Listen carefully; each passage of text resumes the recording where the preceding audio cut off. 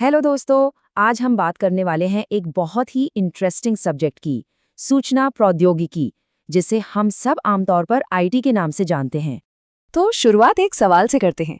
कभी सोचा है अपने आसपास की हर चीज, मतलब आपका फोन, आपकी ऑनलाइन क्लासेस, ये सब आखिर चलता कैसे है?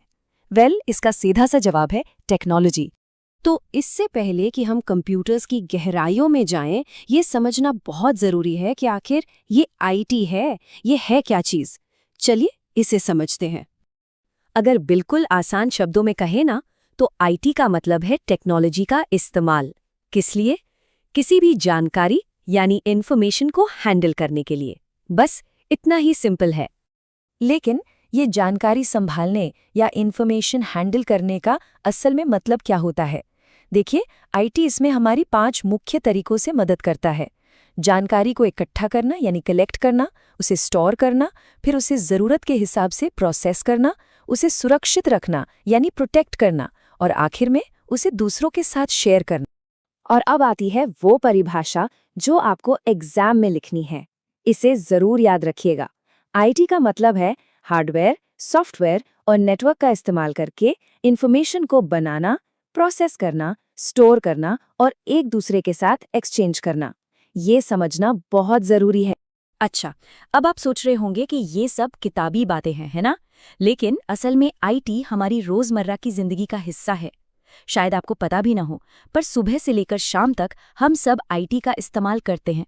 जरा सोचिए, मोबाइल फोन यूज करने से लेकर अपनी ऑनलाइन क्लास अटेंड करने तक, या फिर व्हाट्सएप पर दोस्तों को मैसेज भेजना हो, गूगल पर कुछ भी सर्च करना हो, ये सब आईटी की वजह से ही तो मुमकिन है। अरे, जब आप एटीएम से पैसे निकालते हैं या ट्रेन की टिकट ऑनलाइन बुक करते हैं ना, तो आप असल में आईटी का ही इस्तेमाल कर रहे होते हैं। सच कहूं तो आज के जमाने में अगर आईटी ना हो तो हमारी ये मॉडर्न दुनिया, ये जिंदगी एक तरह से रुक ही जाएगी। ये हमारी लाइफ का इतना जरूरी हिस्सा बन चुका है। तो आईटी तो समझ आ गया है ना? चलिए अब एक कदम और आगे बढ़ते हैं और इसी से मिलते जुलते एक और शब्द को समझते हैं, और वो है आईसीटी। तो सवाल ये है कि आईटी और आईसीटी में फर्क क्या है? देखिए, आईटी का मेन फोकस होता है इंफॉर्मेशन को हैंडल करने पर, उसे मैनेज करने पर, जबकि आईसीटी का फोकस है उसी आईटी का इस्तेमाल करके उस इंफॉर्मेशन को कम्युनिकेट करना, मतलब दूसरों तक पहुंचाना। यहाँ पर जो सी है ना, उसका मतलब ही है कम्युनिकेशन यानी संचार।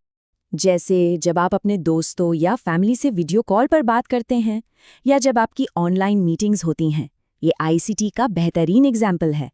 आज जो डिस्टेंस लर्निंग या घर से काम यानी वर्क फ्रॉम होम हो पा रहा है, वो भी आईसीटी की ही देन है। तो असल में ये टेक्नोलॉजी लोगों को जोड़ने का काम करती है। हम जिस दौर में जी रहे हैं ना, उसे इंफॉर्मेशन एज कहा जाता है। तो चलिए देखते हैं कि आईटी और आईसीटी हमारे समाज के बड़े बड़े सेक्टर्स के लिए इतने जरूरी क्यों हैं। आप किसी भी फील्ड को देख लीजिए, बिजनेस में सारे बड़े फैसले डेटा के आधार पर लिए जाते हैं। हेल्थ केयर में डॉक्टर्स आपकी डिजिटल रिपोर्ट्स देखते हैं। एजुकेशन की बात करें तो स्कूलों में सारे स्टूडेंट्स का रिकॉर्ड कंप्यूटर्स में स्टोर होता है। और बैंकिंग का तो पूरा सिस्टम ही आज कंप्यूटर्स पर निर्भर करता है। जरा सोचिए, क्या बिना कंप्यूटर्स के बैंकिंग की कल्पना भी की जा सकती है?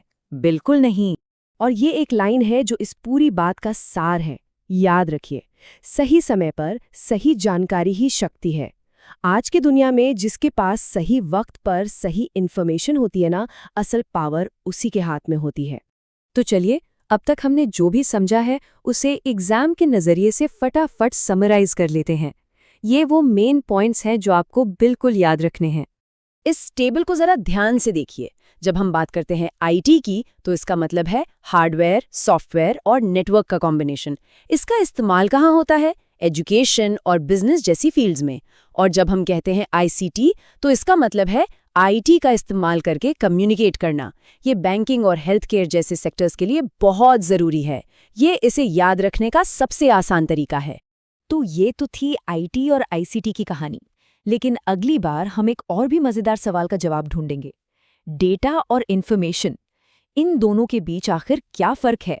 लगता तो एक जैसा है, पर है नहीं। उम्मीद है आज का ये सेशन आपको अच्छा लगा होगा और चीज़ें समझ आई होंगी। ऐसे ही और भी इंटरेस्टिंग टॉपिक्स के बारे में जानने के लिए हमें फॉलो करना मत भूलिएगा। शुक्रिया।